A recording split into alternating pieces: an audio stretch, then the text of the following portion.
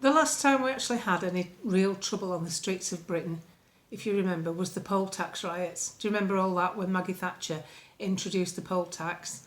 I think we're heading for great discomfort with this particular government. It's already in play. They've just about upset every section of society, from pensioners to students to the disabled, big business, small business. The list is endless. One gym member has posted on Facebook that his rates have gone up from £8,000 to £21,000. I mean, that is ridiculous. Don't forget, this is on the back of businesses having absolutely horrendous energy prices. Do you remember all the fuss about that? When people were getting energy bills that had gone from £3,000 for a quarter to £9,000 in business premises, small business premises. So if you want to know if you're cared for, you can usually tell that by the behaviour of another person or another entity. You have a good boss, they care for you. You have a good husband, they care for you, vice versa.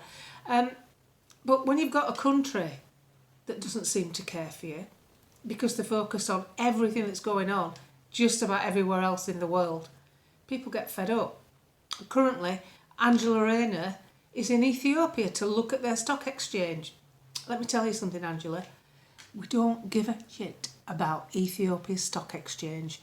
We're more bothered about surging cancer deaths, the queues at the NHS, the waiting times, the filthy hospitals, the school system that's a shambles.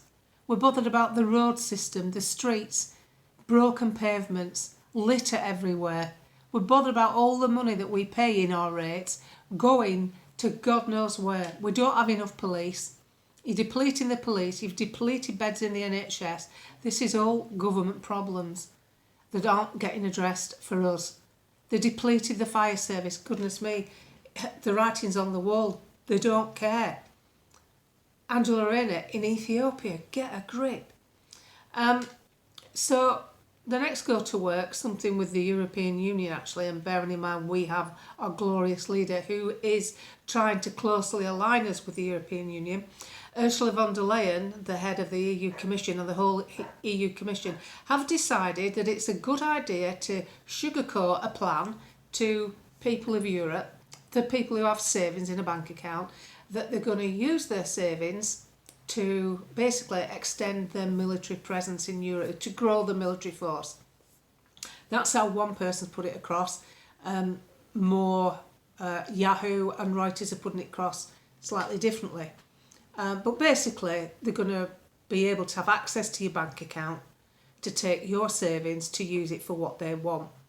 Now, they're selling this as a great investment opportunity because your money's not earning much in the bank, but if you let them have it, well, it's not a question of if you let them have it. Once they've got hold of it, let me rephrase that. Once they've got hold of it, you're going to make more money because they're going to spend it on defence and stuff. Now, the Italian defence minister has already given it the thumbs up, and Ursula's looking to other people in the EU to do the same. This worries me because the European Union is renowned for having propped its currency up for over a decade with quantitative easing.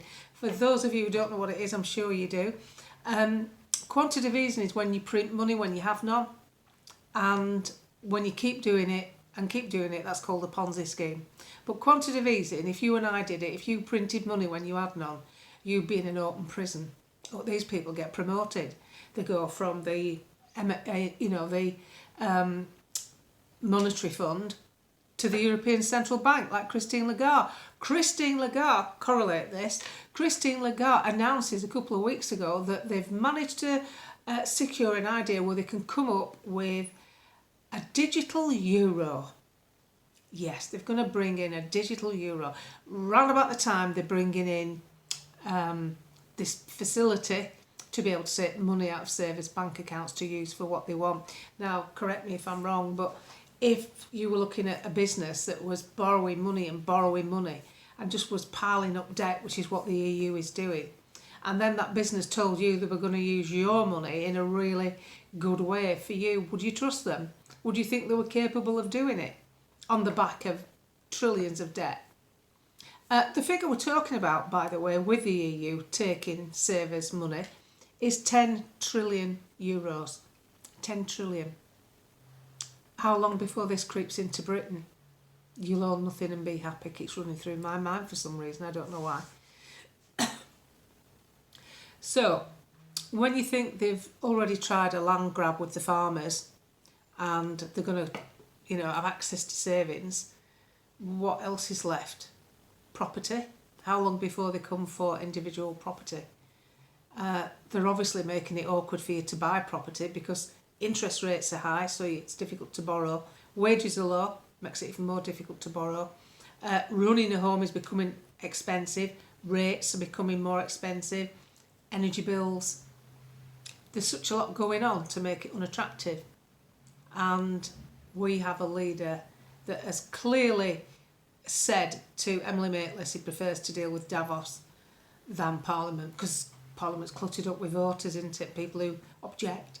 The thing is, when you cast your mind back to that meeting just after he came in office where there was Bill Gates and Larry Fink, makes you think what to think. When you think, Fink's been in there, and shortly after there's this issue with inheritance tax with the farmers and small businesses, and Fink owns BlackRock, but you will have products in your home owned by Bill Gates or BlackRock.